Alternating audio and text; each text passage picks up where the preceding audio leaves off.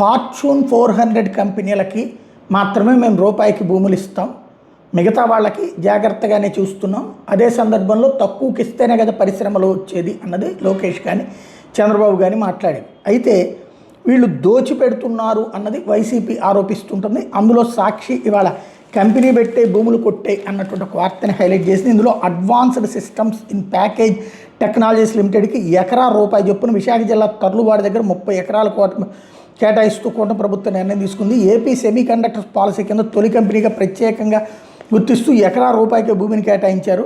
2387 కోట్ల పెట్టుబడితో semi conductors assembly test unit ఏర్పాటు చేయబోతున్నట్టు ప్రకటించారు. దీంతోపాటు పెట్టుబడిలో 40% వరకు ప్రోత్సాహకాల రూపంలో ఇవ్వబోతున్నది. సిగాచి ఇండస్ట్రీస్కి గుట్టపాడు క్లస్టర్ దగ్గర ఎకరా 30 లక్షల చొప్పున 94.7 ఎకరాలు కేటాయించారు. వీటితో పాటు 1404 కోట్ల పెట్టుబడి మీద 45.02% రాయితీలు ఇస్తున్నారు అన్నట్టు. అయితే సెమీ కండక్టర్ చిప్స్ ఇది కనుక ఫ్రీగా ఇచ్చినా తప్పులేదు, ఎందుకంటే ప్రపంచం మొత్తం ఇప్పుడు దానికోసమే కొట్టుకుజొస్తున్నది. అది వస్తుందంటే వద్దనాల్సిన అవసరం ఏం లేదు. లేకపోతే వారి ఎనర్జీ స్టోరేజ్ సొల్యూషన్స్కి కూటమి సర్కార్ అనకాపల్లిలో సుమారు 300 ఎకరాలు ఎకరా 50 లక్షల చొప్పున కేటాయించింది.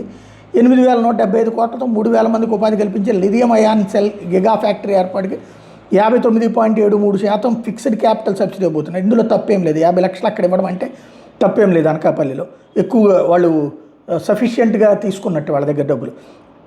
పల్నాడు జిల్లా కొండవీడి వద్ద 12.31 ఎకరాల్లో ఎంఎస్ఎంఈ పార్క్ ఏర్పాటుకు హర్షధాతు గ్రీన్ నానో టెక్నాలజీస్ ప్రైవేట్ లిమిటెడ్కి ఎకరానికి 5 లక్షల చొప్పున క్యాపిటల్ సబ్సిడీతో పాటు ఆ భూమిని 22A నుంచి తొలగించేందుకు అనుమతిస్తూ ప్రభుత్వం ఉత్తర్వులు జారీ చేస్తుంది. ఇది కూడా తప్పేం లేదు. పల్నాడు జిల్లాలో 5 లక్షల కంటే బెటరే. ఆ ఏరియాలో ఉన్న రేట్ల ప్రకారం చూసుకుంటే 10 లక్షలు ఆ రేట్లో దొరుకుతాయి. 8 నుంచి 10 లక్షల ఆ ఏరియా. అక్కడ 5 లక్షలకి ఇటువంటి తప్పేం లేదు పరిశ్రమ రావడానికి.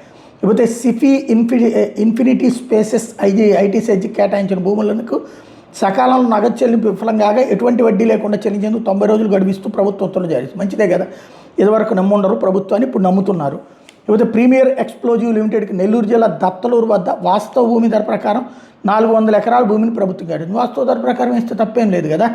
లేకపోతే రేమాండ్ అనుబంధ కంపెనీ జేకే మైనీకి కేటాయించిన భూములకు ఎటువంటి వడ్డీ లేకుండా చెల్లించడానికి అనుమతిస్తూ ఉత్తర్వులు జారీ చేస్తారు. తప్పేం లేదు కదా అది కూడా. లేకపోతే 1235 కోట్ల పెట్టుబడితో విరూపాక్ష ఆర్గానిక్స్ లిమిటెడ్ ఏర్పాటు చేయనున్న ఫార్మా యూనిట్కి పెట్టుబడిలో 40% రాయితీ కల్పిస్తూ ప్రభుత్వ ఉత్తర్వులు జారీ చేస్తారు. తప్పేం లేదు అది కూడా.